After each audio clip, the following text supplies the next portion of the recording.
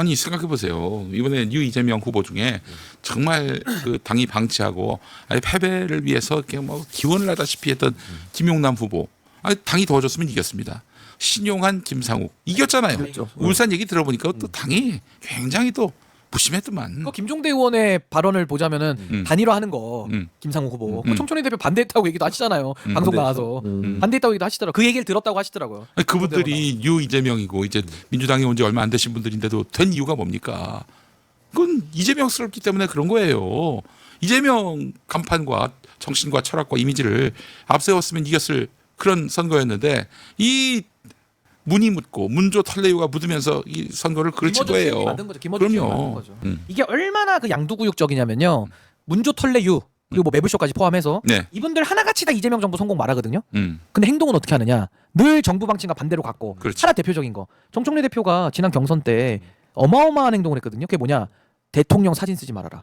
아, 그 그렇지, 얘기했지. 그렇지. 그거 사과했잖아요. 그렇지. 그러니까 대통령 지우기를 하면서 대통령 성공을 또 팔아. 음. 이 모순을 이제 국민들이 못 견디는 거고 이게 선거 전반적인 전략에서도 이재명 대통령 얼굴을 전면에 내세우고 집권 여당의 프리미엄을 가지고 실용주의 노선으로 민주당도 따라가겠다. 모두의 대통령과 모두의 정당이 되겠다 했으면요. 대구도 이길 수 있는 선거였습니다 이번에. 근데 그게 지금 다 무산되면서 서울까지 날아갔는데 이 문제의 원인을 양두구육식의 문조털레유 이 정치 행태에서 찾지 않고 다른 이유 갖다 붙여서 뭐 합당을 안 했다는 헛소리들을 하면요 이 백선은 다 불태워버려야 되는 거예요. 그럼. 그 다음에도 또 그대로 하잖아요. 또 집니다. 그러니까 저는 이게 지금 너무 참 심각한 지경까지 와 있다라는 게 대통령 성공을 얘기하는 사람들이 어떻게 대통령 사진 쓰지 말라는 공문을 내리죠? 이 이해가 되십니까? 예. 이게?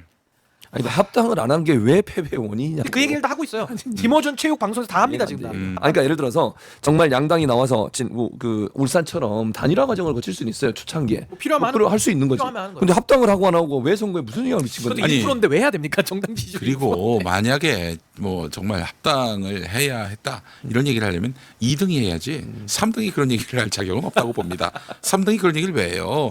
본인들이 불출마를 했으면 이겼을 선거예요. 왜 합당을 안 해가지고 왜 당신들을 위해서 합당해야 하는데 이게 친문 정치가 항상 자기 중심적이고 그러니까 조국 대통령 만들어야 돼. 그렇죠. 자기에 갇혀 있으니까 자기 이익에 갇혀 있으니까 남들은 다 자기를 도울 사람으로 여긴다고요. 이게 바로 친문 정치입니다. 이게 여러분 친문 정치 직시하세요. 보면 다 그냥 자기들 이익이 최우선이야. 다른 사람들은 눈에 들어오지도 않아. 근데 또 게다가 까불어? 짓밟아요. 이런 깡패들이 어디 있습니까? 백주대낮에 21세기에. 교묘한 방송. 예.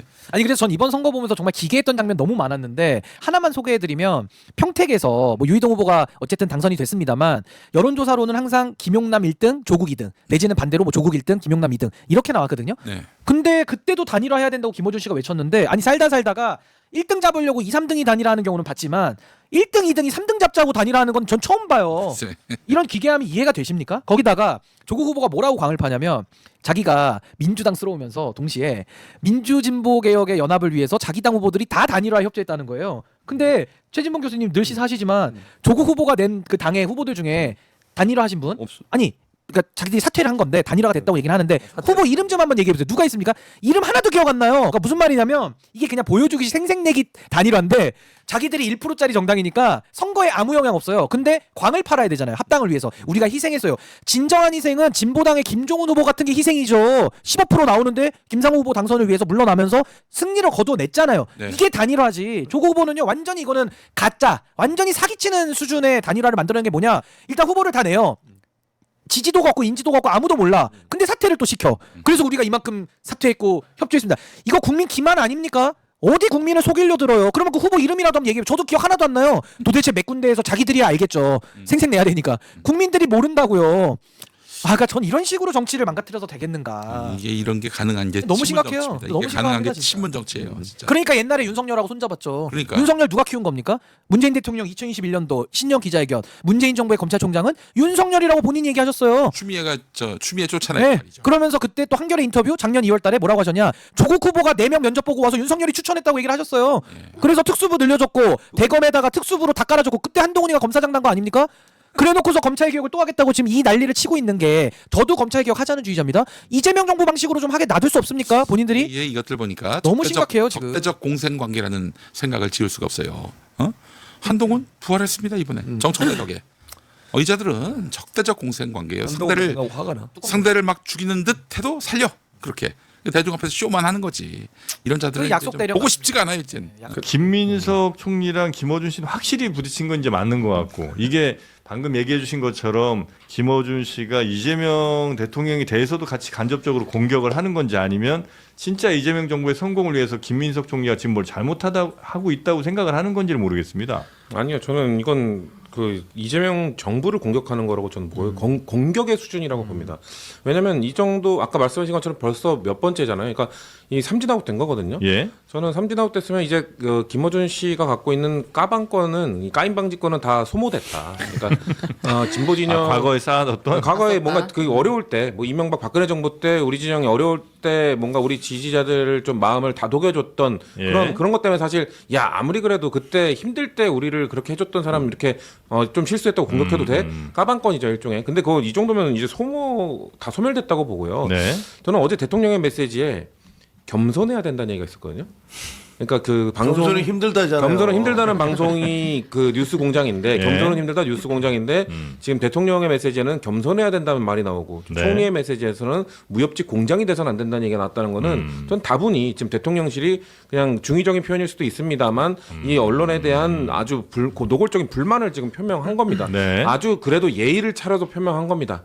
방미심이나 이런 데를 통해서 언론 제재를 간 게 아니라 이 정도면 그래도 같은 진영 안에 있는 그런 쪽이기 때문에 자 너네들 이 정도면 선 좀 지켜라. 저는 근데 삼진아웃을 당했는데 이 정도로 계속 선을 넘는다면 야구에서 삼진아웃 당한 타자가 계속해서 항의하면 어떻게든 퇴장당합니다. 네. 저는 이 정도의 이 상황이 왔으면 뉴스공장이 저는 뭐 저희가 뉴스공장 사라지라고 그런 게 아니잖아요. 네. 자정작용을 가질 수 있어야 된다. 뭔가 선을 지킬 줄 알아야 된다. 지금까지 선 넘는 거에 대해서 아무도 그냥 묵인하고 가만히 있었다면 이제 우리 선 넘는 거 지적하고 있는 거니까 네. 좀 선 넘는 거에 대한 뭐 스스로 되돌아보는 좀 시간을 가져야 되지 않겠냐는 말씀을 드리고 아니 싶어요. 만약에 이재명 정부를 혹은 뭐 대통령을 공격하는 게 맞다면 김어준 씨가 그럴 이유는 뭐가 있을까요? 저는 이게 감정의 영역이라고 보거든요. 예.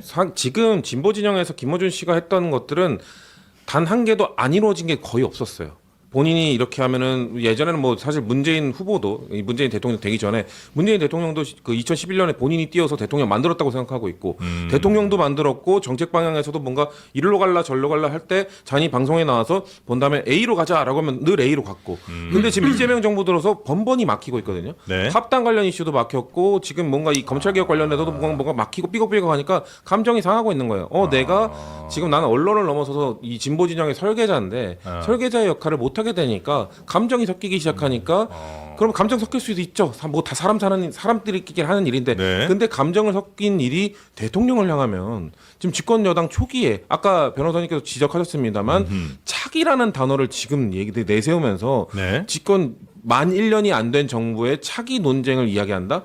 이거는 선을 한참 아니 넘은 근데 거죠. 저는 조금만 보태면 네. 이게 감정의 문제면은 뭐 우발적일 수 있고 이러니까 우리가 정상 참작이 되는데 전 이거 감정보다 더 심각하다고 보거든요. 결국에는 이거는 김어준 씨가 어떤 영향력을 더 유지 강화 시키려고 하는 거 아니냐. 그러니까 정권을 쥐락펴락하려는 거 아니냐. 아니 그러니까 예를 들면 우리가 뭐 비선 권력 이런 얘기 하는데 이건 비선이 아니라 드러내놓고 활동하는 선출하지 않은 영구 권력인 거거든요. 그러니까 이런 쪽으로 저는 김어준 씨가 지금 가고 있기 때문에 이제는 킹메이커를 넘어서 킹메이저가 되려는 거 아니냐. 이제 메이저로서 네. 이 정권 자체를 내 주도권하에서 끌고 가겠다. 그러면 길들이기 같은 걸 한다는 그렇죠. 거예요? 쥐락펴락 길들이기인데 그러고 나면 다음 권력도 또 김어준 씨 손 안에서 나오니까 우리가 헌법에 어떻게 돼 있습니까? 대한민국의 권력은 국민으로부터 나온다고 돼 있지 김어준 씨로부터 나온다고 돼 있지 않아요. 네. 국민주권 선언인데 네. 지금 이것이 뭔가 권력이 운용되는 과정에서 이걸 좀 지나치다고 보실 수도 있지만은 네. 하나가 둘 되고 둘이 네 개 되고 네 개가 여덟 개 되는 거예요. 그러니까 그런 식으로 자꾸 심화되고 있기 때문에 네. 전 이런 브레이크를 당연히 걸어야 되는 것이 맞고 이제는 민주당에게 저는 공이 넘어갔다. 전 그렇게 봅니다. 두 분은 그 프로그램은 안 나가시죠? 아니 나가요. 아니 저는 이제 다른 진행자분이 네. 진행하는 할 때는 데는 나가시고. 고정으로 나가는데 네. 저는 김어준 씨 방송에서도 불러주시면 저는 나갈 생각은 있어요. 가서 이 얘기를 똑같이 할 겁니다. 그렇습니까? 똑같이 할 겁니다. 근데 그 방식이 저는 올바르지 않기 때문에 올바르지 않은 거를 올바르지 않다고 얘기를 안 하면 그 올바르지 않은 세상 되는 거죠. 네. 그렇게 갈 수는 없다고 봅니다. 이게 지금 이 사람은 김민석 공격하는 거 보면 김민석은 검사다 이렇게 생각하는 것 같아. 혹은 김민석은 검찰총장이라고 생각하든지 네. 누군가를 악마로 찍어놓고 그걸 공격해서 사람들의 어떤 쾌감 같은 것들을 자아내는 그런 측면도 있는 것 같아요. 그런 것들이 종합된 것 같아요. 그러니까 결국 수익 수익 창출을 목적으로 맞아요. 해서 그런 것들은 뭐 말씀하신 고성국 씨 이런 거 할 수 있죠. 저는 할 수 있는 영역이라 보는데 근데 김어준의 뉴스공장은 그 영역에서 넘어서겠다고 했잖아요. 언론을 자처했잖아요. 그러니까 대통령실 출입 기자까지 보내면서 언론 역할을 하겠다고 이 수익 창출 쪽이 아니라 언론의 역할을 하겠다고 선언을 했으면 그러면은 과거에 했던 방식에서 벗어나야죠. 넘어서 그러니까 좀 발전을 해야죠. 그러니까 네. 팩트 체크를 명확하게 하고 뭔가 그 이전에 유튜버들이 조금 팩트 체크가 덜 된 것 같고도 진보 진영 아니면 보수 진영 안에서 지지자들끼리 같이 이야기를 하는 그런 담론이 있을 수 있다고 생각합니다. 하지만 이제 언론을 자처했으면은 그 단계를 넘어서야 되는데 그거 안 하고 있잖아요. 안 하면서 근데 공격하는 대상이 이재명 정부고 이재명 정부의 국무총리고 이러면 안 되는 이거 거죠. 저도 한 말씀만 드리면 문재인 정부 때도 김어준 씨가 영향력이 뭐 지금만큼은 아니지만 꽤 영향력을 가졌던 그럼요. 스피커거든요. 네네네. 근데 그때도 문재인 정권 실패했어요. 대실패했습니다.